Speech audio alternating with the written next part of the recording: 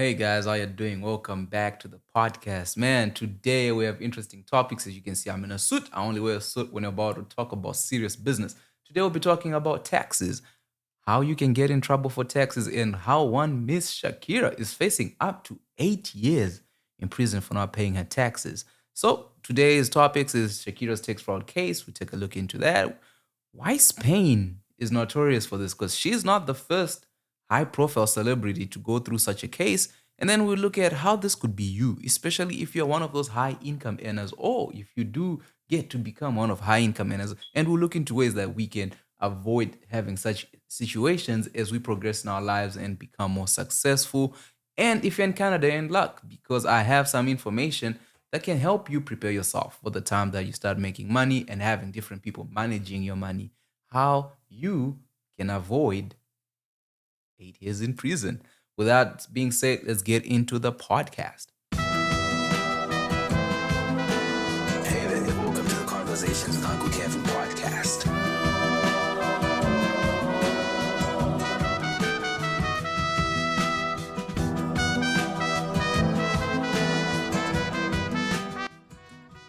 So, the first article that we have is about Shakira. Colombian pop singer Shakira could face up to 8 years in prison in a case where Spanish prosecutors say have accused her of a tax fraud. Shakira's full name is Shakira Isabel Mebarak Ripoll, is facing 6 charges alleging she failed to pay the Spanish government nearly 15 million in taxes between 2012 and 2014. The prosecutors say they would have also seek a fine of 24.5 million. Listen, man.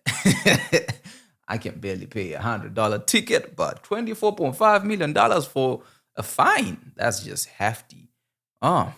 Prosecutors charged Shakira with tax evasion in December 2018, alleging she failed to pay millions in taxes to the Spanish government. Shakira listed the Bahamas as her official residence for tax purposes during those years, but prosecutors say she was in fact living in Spain with her now ex-partner, Spanish soccer player Gerard Piqué, father of her two children. Ooh.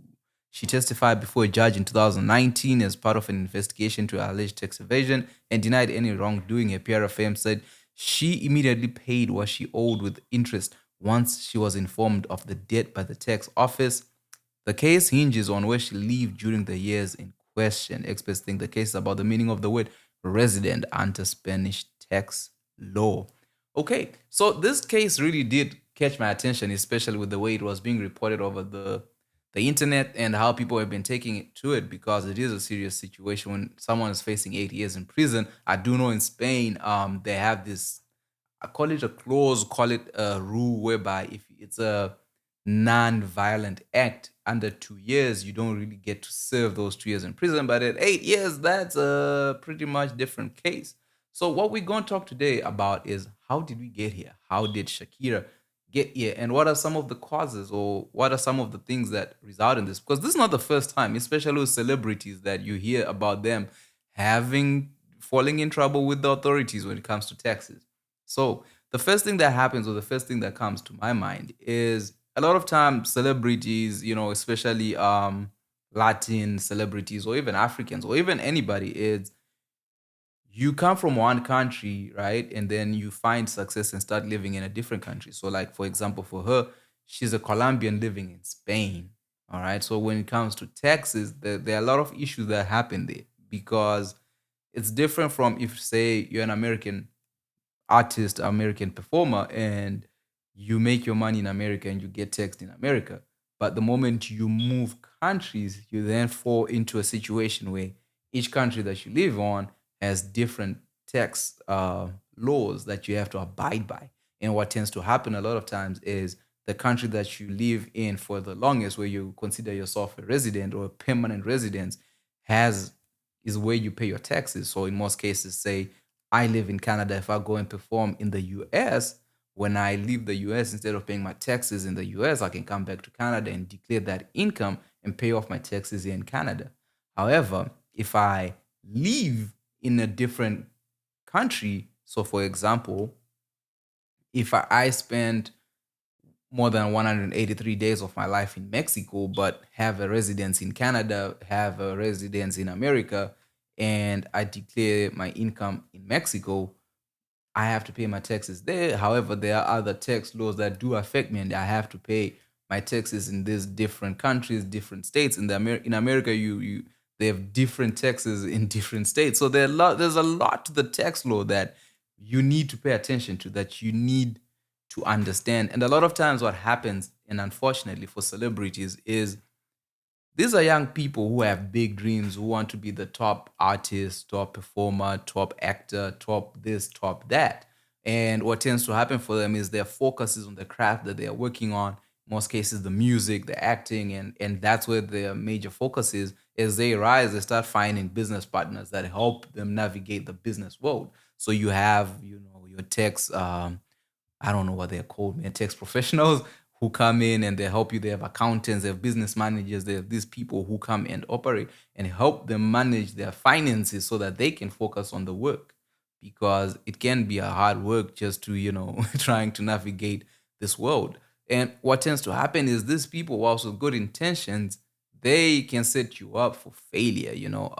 They can really set you up for challenges in your life that you do not want to face. So, for example, in this case of Shakira, um, what happened with her is what they did is they said in the period of time in question, 2012, 2014, she lived in the Bahamas. She had a residence in the Bahamas. So she paid her taxes in the Bahamas. Maybe they did this because in the Bahamas, they probably charge lower tax rates compared to Spain or Colombia or wherever else she has a house in.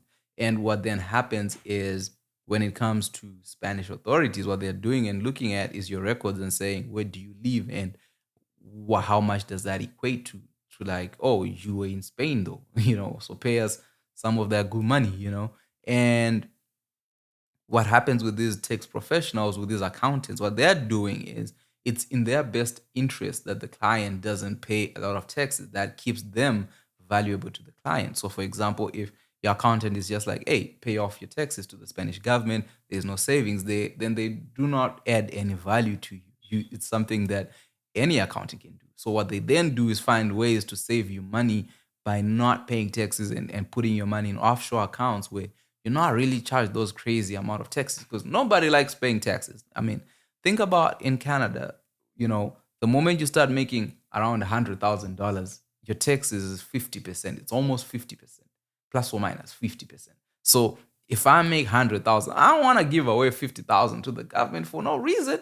I do get my money will be used for projects that help our country to move forward, projects that do help me as well. But still, it's I put in the work and you just gonna take 50% just like that. That's not fun. So a lot of people do not want to pay taxes. However, so what then starts to happen is that there are two things that happen. A, people try to avoid taxes. And in avoiding taxes, you then fall into this criminal act called tax evasion that comes around the corner.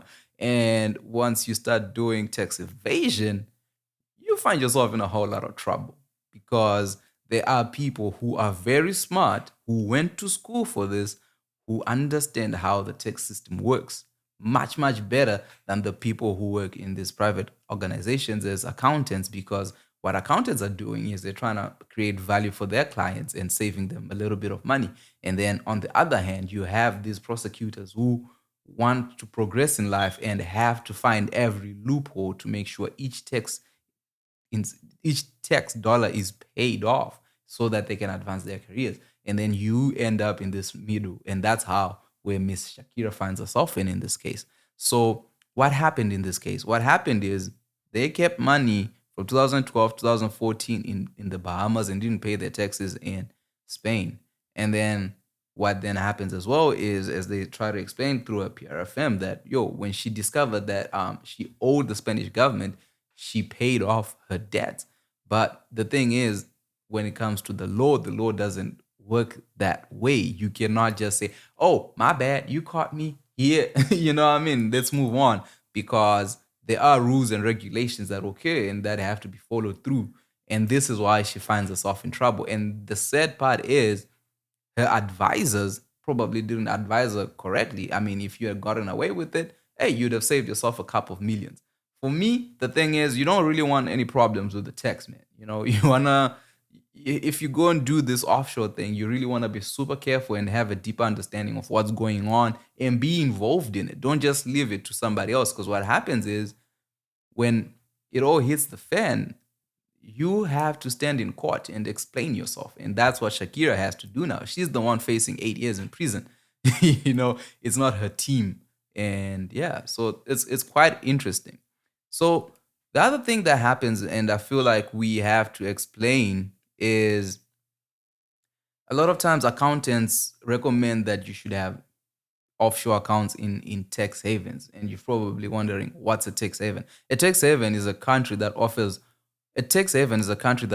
foreign businesses and individuals minimum or no tax liability for their bank deposits in a politically and economically stable environment. They have tax advantages for corporations and for the very wealthy, and obvious potential for misuse in illegal tax avoidance schemes.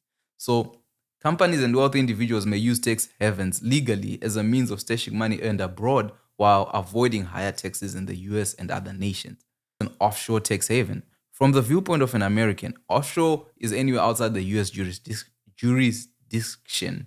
Offshore tax havens benefit from the capital their countries draw into their economies. The funds flow in from individuals and businesses with accounts at banks and other financial institutions.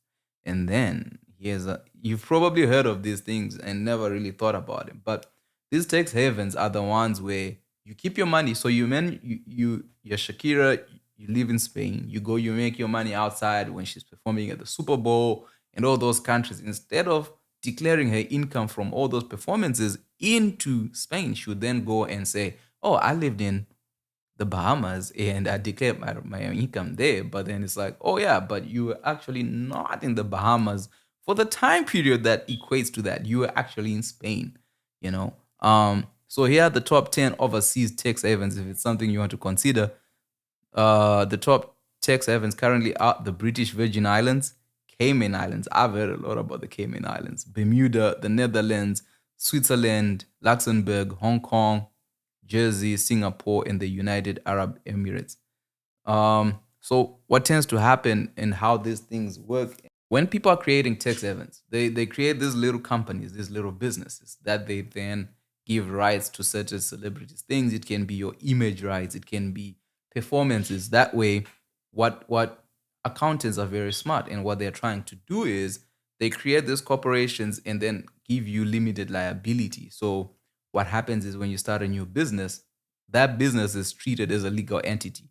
And if it's based off in the Cayman Islands, and then they're saying, oh, we just performed a service, but we're not located in America, we're not located in Spain. We make our money, we are located in the Cayman Islands, and then this is how we make money. And this person doesn't owe you anything, because that's their business.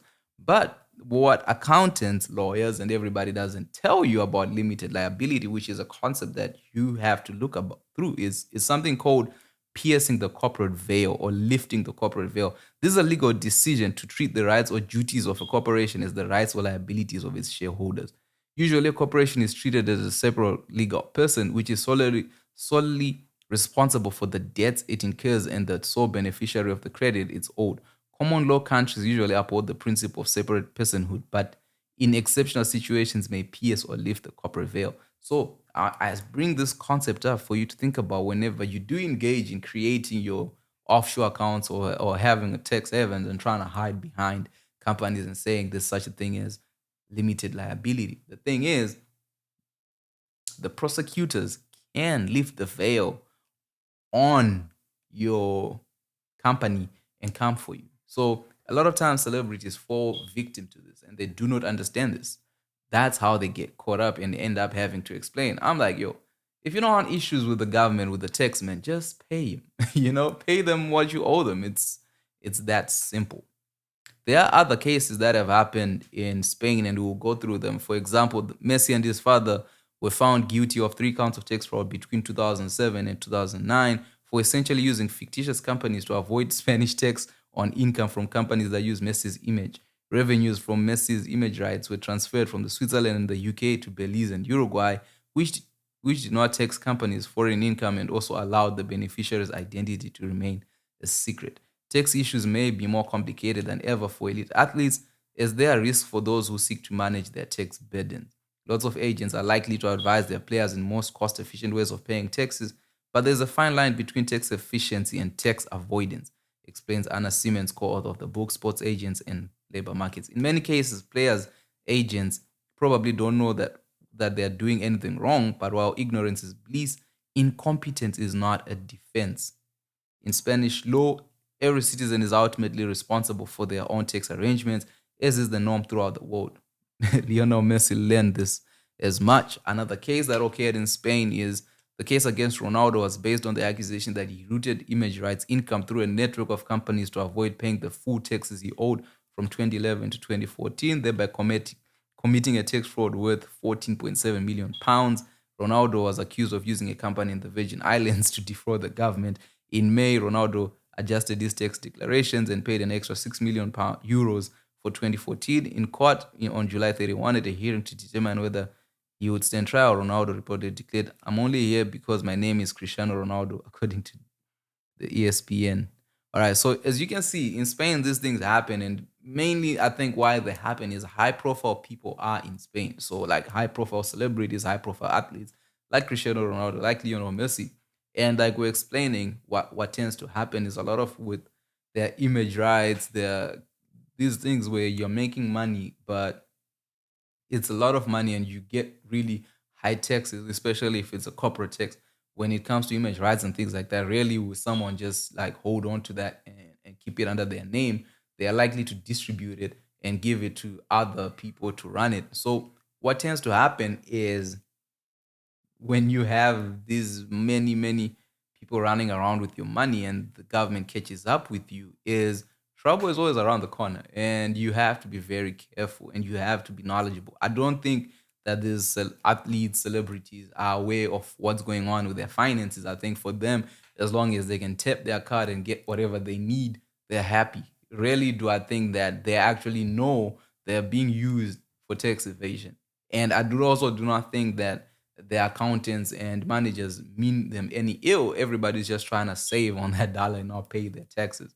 But yeah, you have to be very careful. I really hope that Shakira does not end up in prison. I hope that she finds a way to explain herself out of this. But the thing with law is ignorance is not a thing. And for me, it's like I just say hold the people accountable who are responsible. It's not just her fault. It's the people who give her advice that have to be held accountable.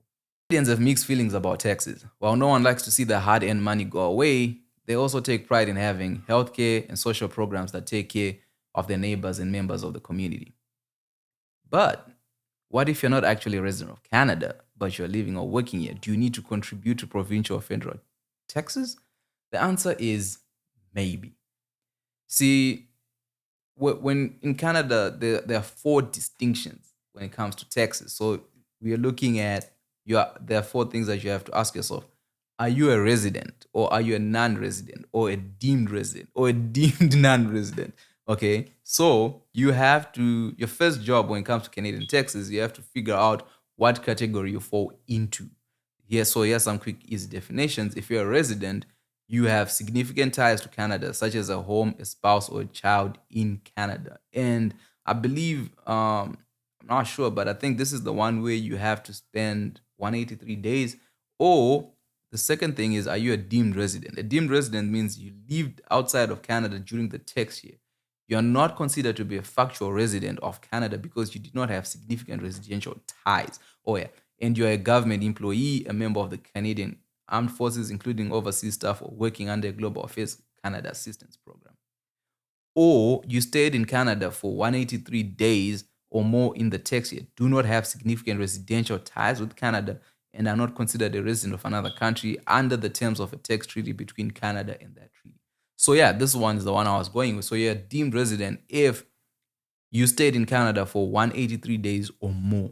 So out of 365, you spent 183 days here, then you're a deemed resident. So you have to pay your taxes within Canada unless you are living in another country that has a treaty with Canada. And when you're signing up for your taxes, there's a lot of things that just pop up. So go read. Another one is, are you a non-resident? You normally, customarily, or routinely live in another country and are not considered a resident of Canada. So this is probably just meaning you spend less than 183 days here. Deemed non-resident, you have some residential ties to Canada, but you're considered to be a resident of another country by virtue of a tax treaty which Canada has with that country. The rules trumps the rule for deemed resident, so it will apply even though you may have spent 183 days in Canada. So basically, you are deemed non-resident if you're paying taxes in a different country. So in the case of, say, Shakira, so that would mean like in Colombia, they would then look at her as a deemed non-resident because she has to pay her taxes in the Bahamas or Spain. If you're a resident, then what we're about to talk about is not for you. Pay your taxes. Let's explore the two other options. A deemed resident, we have this 183-day. So in Canada, there is this 183 days rule that simply means if you stay in Canada for 183 days or more in one tax year, you are a deemed resident and have to pay taxes. If you lived outside the country for the tax year but still have a house, a spouse, or a child in Canada, you are not a factual resident, but you're still not all the way out of our hearts and country, and some taxes do apply. If you're a deemed resident, you have to report your world income from all sources, both inside and outside of Canada for the entire tax year, and you can claim all deductions and non-refundable tax credits that apply to you. In this case, you're subject to federal taxes, and instead of paying provincial or territorial tax, you pay a federal surtax. In this, you can claim all federal tax credits, but you can't claim provincial territorial tax credits. Now, this might be different if you, before you left Canada, you're living in Quebec. You might also be eligible to get some credits and benefits such as GST, HST credit, or Canada Child Benefit. So in this case, so yeah, if you were Shakira, you gotta pay your taxes. Otherwise, that's how you end up in trouble. So what tends to happen a lot of times is when you look at actors, when you look at athletes. So for example, people like Alfonso Davies, who plays in Germany and stays in Germany, his tax situation might be a little bit complicated and he has to talk to professionals. I'm not professional, so I don't know where he pays his taxes, but I do believe he spends more than 183 days in Germany. So he probably pays his taxes in Germany than in Canada. If you're not sure how much tax should be withheld based on the type of income you're receiving and your country of residence, you're in luck. The CRA has a non-resident tax calculator. If your income is subject to non-tax residence withholding with you aren't required to file Canadian tax return. You're only required to file Canadian tax return if your income is subject to Part 1 tax. This includes income from a Canadian employer, having a business in Canada, or capital gains from taxable Canadian property. It doesn't include public traded Canadian securities or mutual funds. Okay. Most types of income are subject to non-resident tax withholding at the rate of 25% unless a tax treaty with your country of residence specifies a low rate. This includes most types of pensions and investments income. For example, if you're a resident of the UK getting a pension from Canada, the withholding rate under the treaty is zero. If you're not sure how much tax is withheld based on the type of income you're receiving and the country of residence, you're in luck. The CRA has a non-residence calculator on their website. Okay, and then we move on to an interesting group. As you realize, the internet has created opportunities, and these opportunities have resulted in people being able to work for Canadian companies, but being based wherever you are. You can be on a beach in Mexico. You can be climbing Mount Kilimanjaro. You can be basking in Zimbabwe. You can be in South Africa. You can be in Argentina. You can be anywhere and still work for a Canadian company. However, listen, the good thing about earning income, you gotta pay your taxes to somebody, all right? So these people are referred to as digital nomads from another country working in Canada. Here's a scenario that has massively gained in popularity. Your company allows you to work from wherever, be it your home, your cottage, or a hotel, anywhere, as long as you get your work done and you've chosen Canada. You are what's called a digital nomad, and you may owe taxes in Canada, but it depends. Canada has tax treaties with most countries which contain a clause stating that if you're abiding by the 183 days rule, you're working for an employer from your country of residence and your employer doesn't have a permanent establishment in Canada, you'll be exempt from paying taxes in Canada. But if you're working for a Canadian employer, you will need to file a tax return. Serve your notice of assessment, though. Your country might allow you to claim a foreign tax credit. There is no one. Anyway, so yeah, if you're a digital nomad, you also have to be very careful and have a deep understanding of the 183 days rule. So if you're spending 183 days in Canada, you must pay your taxes here. If you don't, then hey, good for you. Pay taxes wherever you're at. If it's high there, sorry, but if it's low, hey, we envy you.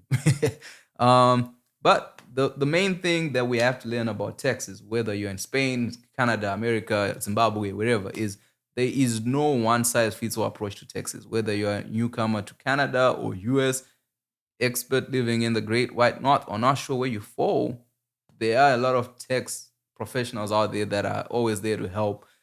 Choose one from the convenient ways to file. You can file at firms like H&R Block. You can drop in at an office. There are non-profit organizations that help people with taxes, or you can literally do it yourself. With tax softwares out there, there's a lot. I'll link some in the bio for you guys to click up and link up. And I'm always here to help out with a little bit of taxes. I know a little bit. I don't know much. I don't know a lot. So I'm not trying to commit any tax fraud with you, but do hit me up if you need help filing some of those taxes. Because listen, like the sign says, just pay your taxes. If you don't want trouble with the tax, man, give him what is it, the tax man or tax? You know what I mean? Like nowadays you never really know, but the tax people, just pay them.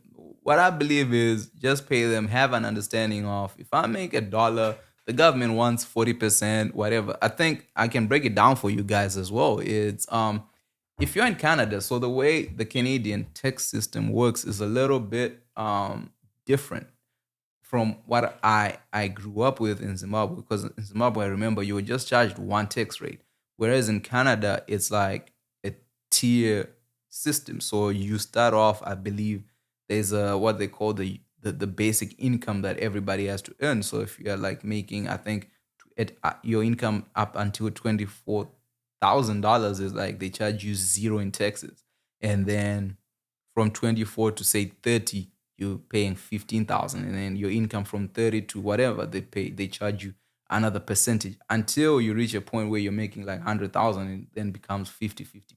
It becomes 50%. I just went 50-50-50 for the government, 50 for yourself.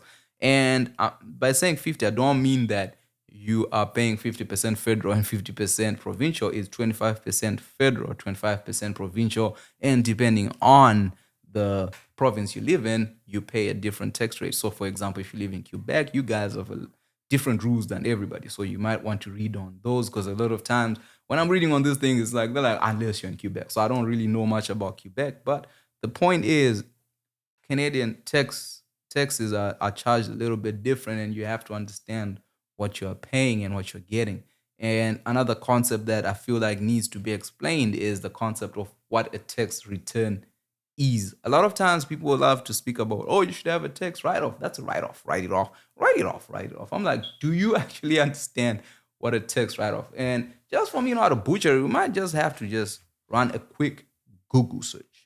So the term tax write-off comes from accounting. It simply means a write-off is a business expense that reduces taxable income on the income statement.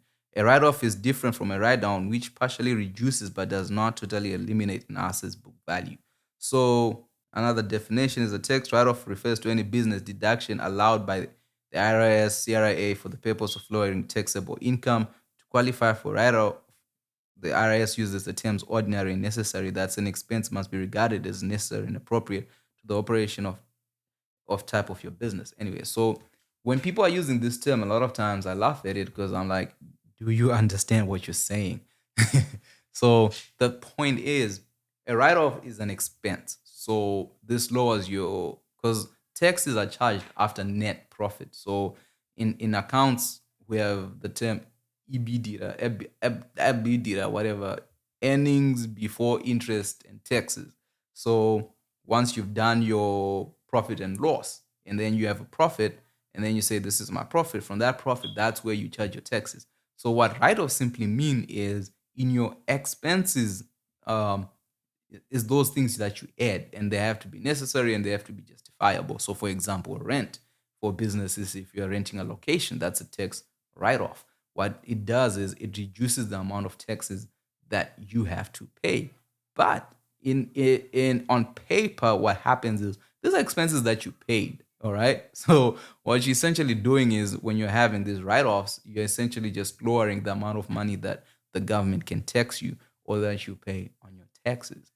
So what happens a lot of times is when it comes to your tax return, what a tax return is, without butchering that as well. A tax return is a completion of documentation that calculates an entity's or individual's income earned and the amount of taxes to be paid to the government or government organizations or potentially back to the taxpayer. Taxation is one of the biggest sources of income for the government. Tax return is a documentation filed with the tax authority that reports income, expenses, and other relevant financial information. On tax returns, taxpayers calculate their tax liabilities, schedule tax payments, or request refunds for the overpayment of taxes. In most places, tax returns must be filed annually. Okay, so if you guys want me to touch on a lot more about what taxes are and how the tax system actually works, I think that's a whole different podcast that we have to touch on, especially with the CRA. But the gist of it is when you work for corporations, so what happens is when it comes to paying taxes, you have multiple options of how corporations pay taxes. So the other thing is when we say corporations, you have to understand that a corporation is just a legal entity. A legal entity is a person. So a corporation and you legally are treated as the same thing. So you essentially are also a corporation by yourself. So what happens is when you earn revenue, the government takes a cut from that revenue that you earn, be it your monthly salary, whatever, your bi-weekly salary, your bi-weekly pay, any form of revenue that you make, the government makes a cut. So what happens is when it comes to taxes, when you're working for an employer, the employer takes taxes from you every month and sends it to the government on your behalf. But if you are not employed, what then happens is you have multiple options as well. You can do what they call pay your taxes quarterly, and this is based off of estimates. So you're estimating that every quarter I'm going to make X amount of dollars, and then you pay those X amount of dollars to the government, and then come the end of the year, you then do your profit and loss, and then actual. So what you're trying to do is say, this is what we estimated, and then this is what's the actual thing. And then when you fill in your tax return or you do your tax report, if there's a discrepancy to where you overpaid during the year, you get a tax return. So what happens for you when you're employed is you're paying taxes each month. And then remember we said that ties to how you're taxed in Canada. So for the first, say, $24,000 that you're not supposed to be taxed, where the tax rate is 0%, you essentially paid for that because they had no way, they cannot say, oh, we'll wait until you hit 24,000 in the year because people's um, income is different, right? So what they then do is they tally it up. So with the end of the year in February, when tax season comes around, what then happens is you get a tax return because you'd have overpaid or you'd have paid that 24,000 where you were not supposed to be taxed. So everybody gets a tax return. Everybody's guaranteed, as long as you're employed, to get some form of tax return or money back or whatever. So what happens is when tax season does come around and you're like, oh, that's a write-off, that's a write-off, that's a write-off.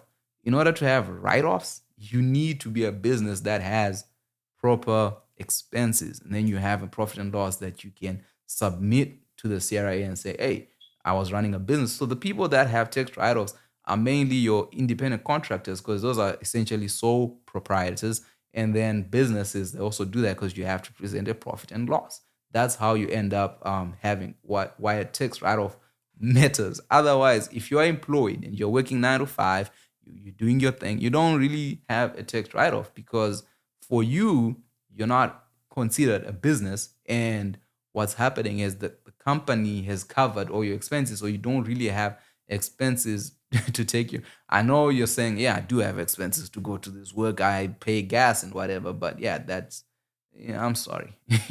But you do get money back from your taxes. And then also their credits, they're all those good things that we can touch on if you let me in the comment section if you want to know more about the tax situation in Canada. With that said, I hope you guys enjoyed this podcast. Today we're talking about taxes.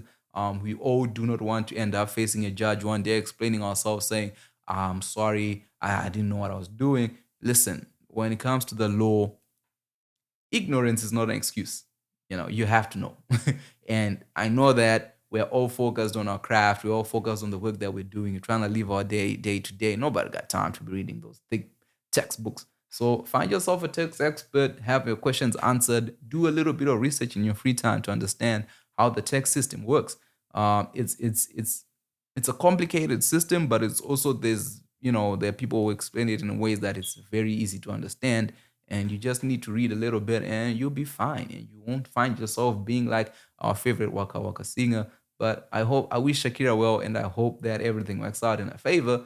But yeah, let's all learn a lesson from her and seeing how we can avoid being the next, how we can avoid being the next to be prosecuted for this. With that said, I hope you guys enjoyed this. We'll see you next week. Next week, we'll be touching on a topic that I love, man, streaming services and what's happening for them. With that said, I hope you guys are having a good time. See you in the next one.